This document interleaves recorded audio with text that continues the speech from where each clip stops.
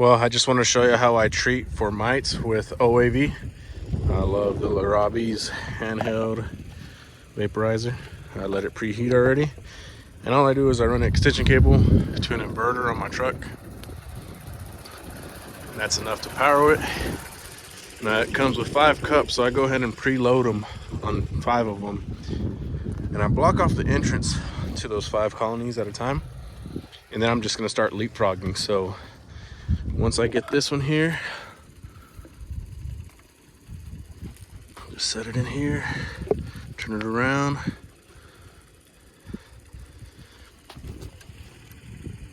You can see it's set to 400, but then it's gonna drop down. You'll see all the vapors come out here in a second. You can see some coming from the lid already.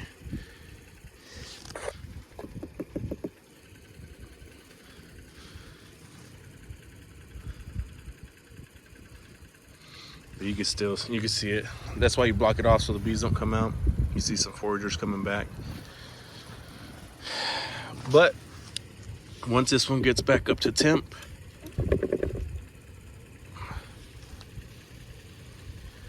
I'll show you what we do here in a second.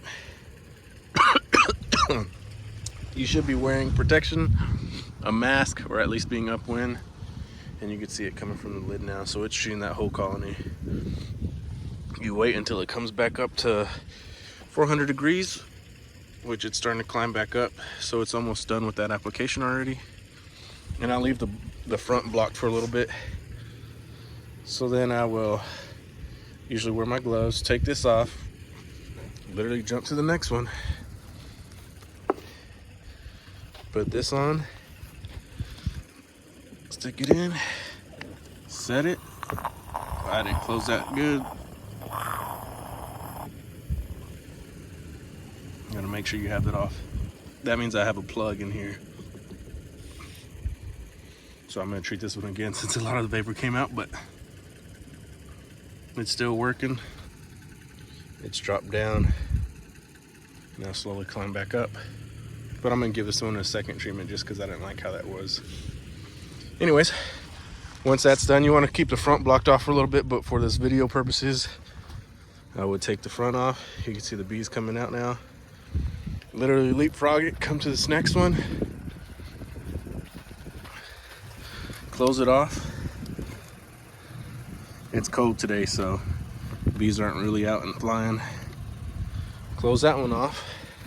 Then, as that one's still doing the application, get the cup as well.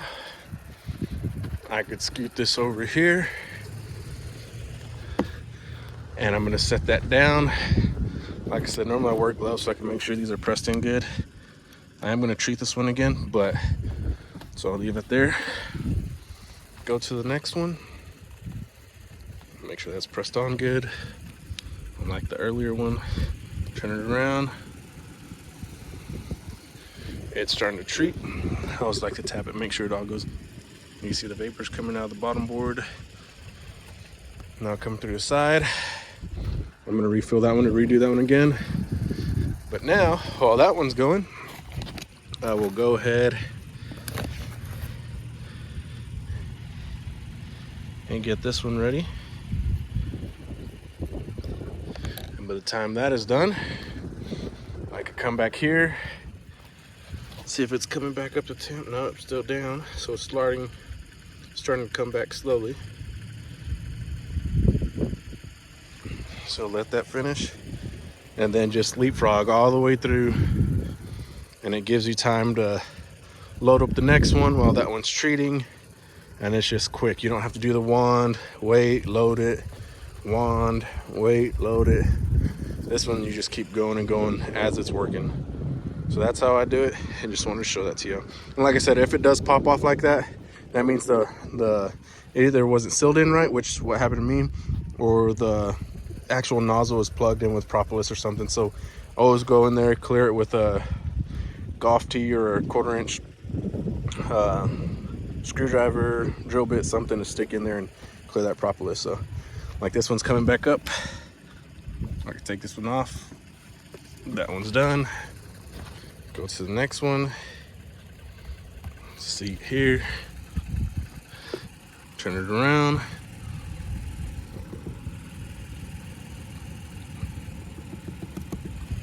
And as that one's going, take this.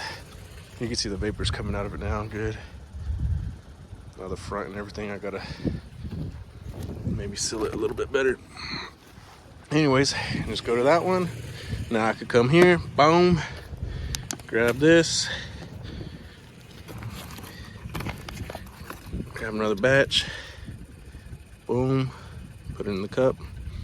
Now it's ready. I just keep on going, keep on leapfrogging. And that's how I treat with oxalic acid.